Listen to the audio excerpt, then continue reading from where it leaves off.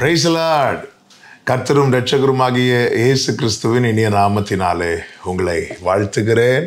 இந்த நல்ல நாளை காண செய்த தேவனுக்கு ஸ்தோத்திரம் உண்டாவதாக. கர்த்தருடைய கிருபை உங்கள் அனைவரையும் சூழ்ந்து கொள்வதாக. சங்கீதம் 48, 12, 13 வசனங்கள். சீயோனை சுற்றி உலாவி அதன் கொத்தளங்களை எண்ணுங்கள். பின்வரும் சந்ததிக்கு நீங்கள் விவரிப்பதற்காக அதன் அலங்கத்தை கவனித்து அதன் அரண்மனைகளை உற்று பாருங்கள். கர்த்தருடைய பரிசுத்த நாமத்திற்கு மகிமை உண்டாவதாக. அருமையான சங்கீதம். சீயோனை சுற்றி உலாவி அதன் கொத்தளங்களை எண்ணுங்கள் என்று சொல்லப்பட்டிருக்கிறது. சீயோன் தேவன் விரும்பி தெரிந்தெடுத்தது வேதம் நமக்கு காண்பிக்கிறது. அவருடைய சமூகம் என்று ஆவிக்குரிய கண்ணோட்டத்தோடு சொல்லலாம். அவர் வாசம் பண்ணுகிற இடம். கர்த்தர் இங்கே சங்கீதக்காரனை கொண்டு அழகாய் எழுதி வைத்திருக்கிறார். அதை எண்ணுங்கள், அதை பாருங்கள், அதிலே உலாவி என்று சொல்லப்பட்டிருக்கிறது. அதிலே தரித்திருங்கள். எதற்காக?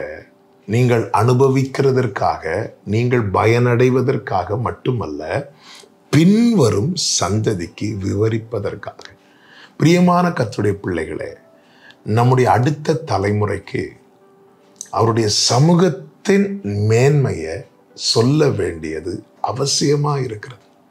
எனவே தான் கர்த்தர் மோசையோடு பேசி கொண்டு இருக்கும் போதே மோசையை பார்த்து சொல்வார், நீ யோசுவா கிட்ட சொல்லு, அவர் உன்னை விட்டு விலக மாட்டார், கைவிட மாட்டார் என்று.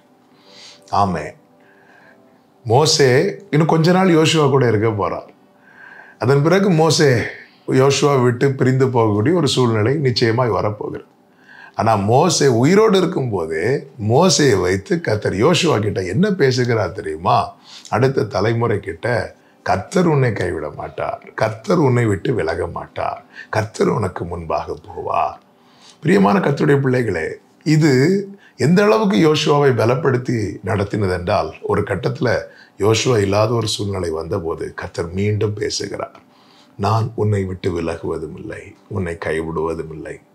இதே வார்த்தையை கர்த்தர் ஏற்கனவே மோசையை கொண்டு யோசுவாவின் இடத்துல பேசியிருப்பதை வேதம் நமக்கு காண்பிக்கிறது. இப்பொழுது மோசே இல்லை, ஆனால் கர்த்தர் இருக்கிறார். நம்முடைய அடுத்த தலைமுறைக்கு இந்த நம்பிக்கையை நாம் கொடுக்க வேண்டும். இந்த நம்பிக்கையை நம்ம கொடுக்கணும்னா இந்த நம்பிக்கையில நாம உறுதியா இருக்கணும், நாம் அசைவில்லாதவர்களா இருக்கணும். அதற்கு தான் இங்கே சொல்லப்பட்டிருக்கிறது, சீயோனை சுற்றி உலாவி அதன் கொத்தளங்களை எண்ணுங்கள். ஆமென். நான் இது ஆவிக்குரிய கண்ணோட்டத்தோடு உங்களுக்கு சொல்லுகிறேன். அவர் சமூகத்தில் தரித்திருந்து அதன் மேன்மையை நாம் எந்த அளவுக்கு அனுபவிக்கிறோமோ அதை நம்மில் மட்டும் வைத்து விடாமல் நம்முடைய சந்ததிக்கு நாம் இதை விவரிக்க வேண்டும்.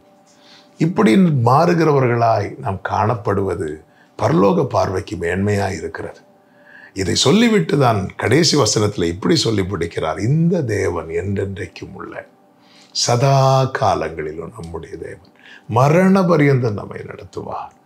இப்படிப்பட்டவர்களை கர்த்தர் கைவிடவே மாட்டார், கடைசி வரை நடத்துவார், சந்ததிக்கு விவரிப்பதற்காக. ஆமென். இன்னும் ஒரு வார்த்தை கூட சொல்லி ஜெபிக்க விரும்புகிறேன். ஆமென். நம்முடைய அடுத்த தலைமுறைக்கு அநேக காரியங்களை நாம் விவரிப்பதற்காகவே நம்ம இன்னும் அவருடைய சமூகத்திலே தரித்திருக்க வைத்திருக்கிறார். நன்றியோடு தேவனை துதிப்போம். அடுத்த தலைமுறைக்கு, சந்ததிக்கு விவரிப்போம். கர்த்தருடைய நாமம் மகிமைப்படுவதாக. ஜெபிக்கலாமா? எங்கள் நல்ல தகப்பனை, இரக்கமுள்ள தேவனே, உங்க சமூகத்தில் தரித்திருந்து உலாவி எண்ணி உள்வாங்கி பின்வரும் சந்ததிக்கு விவரிக்க கர்த்தர் எங்களுக்கு அனுக்கிரகம் செய்தருளும். இயேசுவின் நாமத்தில் பிதாவே, ஆமென்.